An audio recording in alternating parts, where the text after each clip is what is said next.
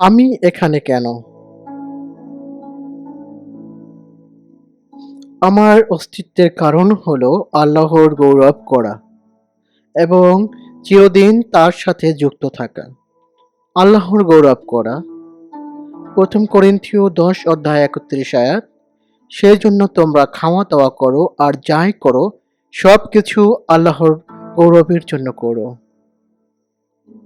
আল্লাহর সাথে যুক্ত থাকা। জবুর ১৬ অধ্যায় ১১ আয়াত। জীবনের পথ তুমি আমাকে শিখিয়েছ, তোমার দরবারে থাকায় আছে পরিপূর্ণ আনন্দ, আর তোমার ডান পাশে রয়েছে চিরকালের সুখ। আমাদের অস্তিত্বের কারণ হলো আমাদের সৃষ্টিকর্তা এবং পিতা আল্লাহর মধ্যে আবৃত হওয়া। watchitforme.com লাইক অনুসরণ করতে পারেন মসীহ কেন্দ্রিক আরও বিষয়বস্তুর জন্য। শেয়ার করুন, কারণ এই দুনিয়ার জন্য ঈসাকেই দরকার।